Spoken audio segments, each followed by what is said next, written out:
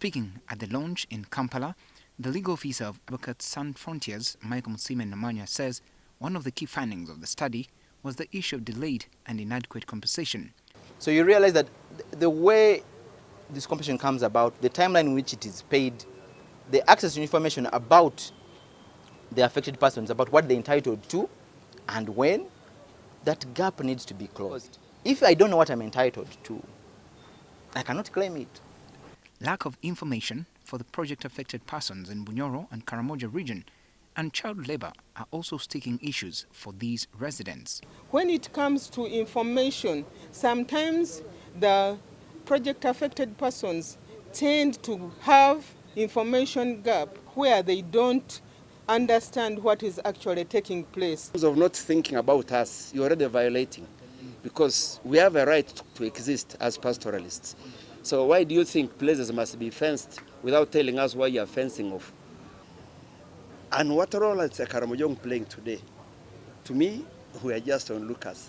Human rights CSOs believe that there is need to work to defend the rights of the people, further calling on government and the companies to ensure environmental conservation. You've pointed out we are just getting towards first oil, 2025.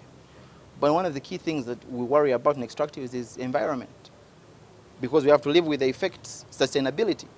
And the question we're asking ourselves is, how ready are we? And these are the discussions we are having here today. How ready are we to respond to the challenges from these extractives industry activities? They are concerned about delayed justice for those people whose rights have been violated.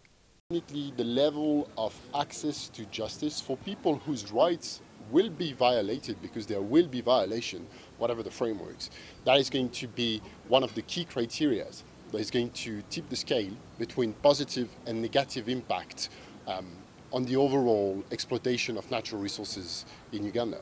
The minister admits that while there could be some challenges to do with human rights violations, the government is making efforts to address them.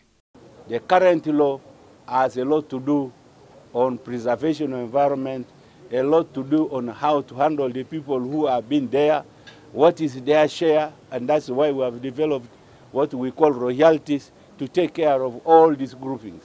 He also addressed himself to the challenge of compensation. You see, we are compensating bit by bit.